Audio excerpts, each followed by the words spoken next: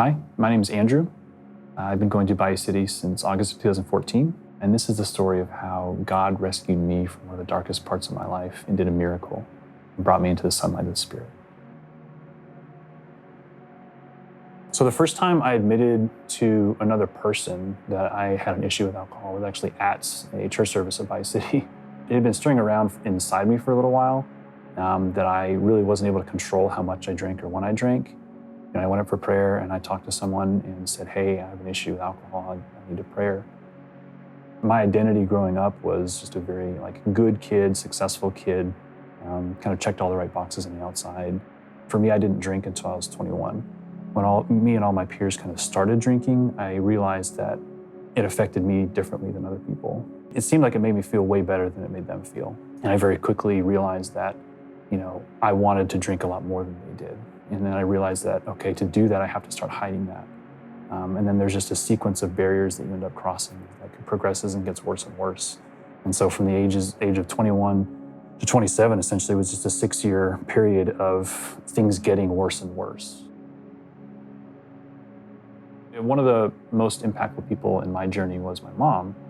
In the summer of 2016, I first shared with both my parents that I had an issue with alcohol, that I couldn't control it, and that I think the word alcoholic probably applied to me.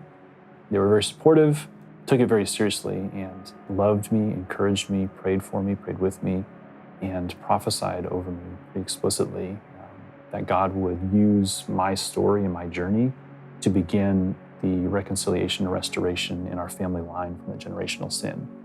And that was very heavy for me to hear at the time, and I wasn't really ready to hear that.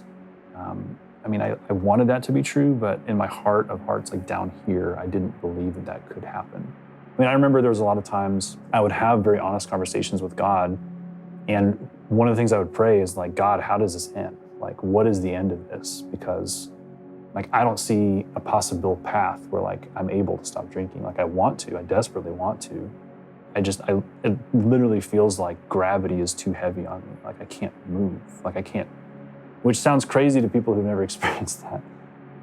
I was trying to get sober, struggling, struggling, and just swirling down the alcoholic pit of insanity. And through that period, both my parents were constantly faithful in loving and supporting me. And my mom never lost sight of that vision of what God had shown her. About a year and a half into that timeline, my mom was diagnosed with breast cancer. And I remember the night that she shared that with me. We were sitting on the bed and we just cried together, and there wasn't an answer. This is a diagnosis, we don't know what's going to happen. I vividly remember just sitting with her, being present, and just making the commitment to be there for her. And I went home that night and I drank, and I wasn't there for her over the next year and a half in the way that I wanted to be.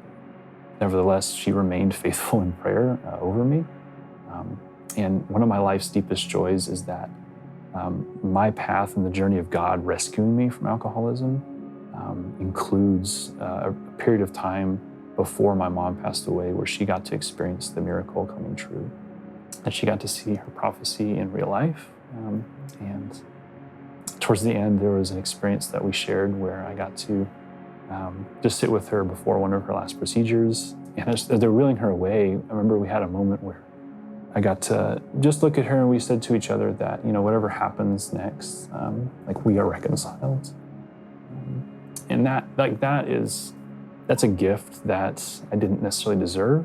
And that's a gift that I received, and it's a gift that she got to experience on this side of heaven before she went to be in heaven.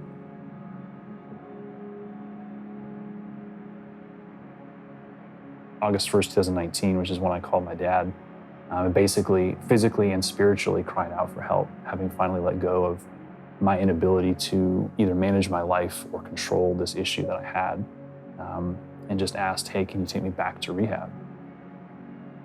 And that was kind of a physical action that I took that represented a spiritual reality, which is letting go of thinking that I had any ability to control what I was doing, and not at that time having the answers, other than just, hey, I need help in general. It was really just a lot of smaller moments, kind of a more gradual process. So it's maybe not as exciting to kind of share in that sense, but for me, it feels very real. It feels like the product of a lot of very small, very real things that have added up to just a much more beautiful and free life. I deeply appreciate the connection to God that I have now that I wouldn't have had otherwise. And I think that that is just the character of who God is, that he takes horrible experiences and transforms them into his beauty and his grace. I don't always see the end game in other people's stories, right? But I can at least say for this point in my story that I see purpose in it. For all of the pointlessness and pain that at the time was baffling to myself and to the people in my life who loved me, it's the beauty of being at least this far along is incredible. And how much more will it be when I get to heaven?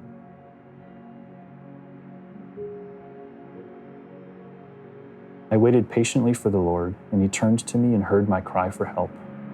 He brought me up from a desolate pit, out of the muddy clay, and set my feet on a rock, making my steps secure. He put a new song in my mouth, a hymn of praise to our God. Many will see and fear and put their trust in the Lord. Psalm 40, 1-3.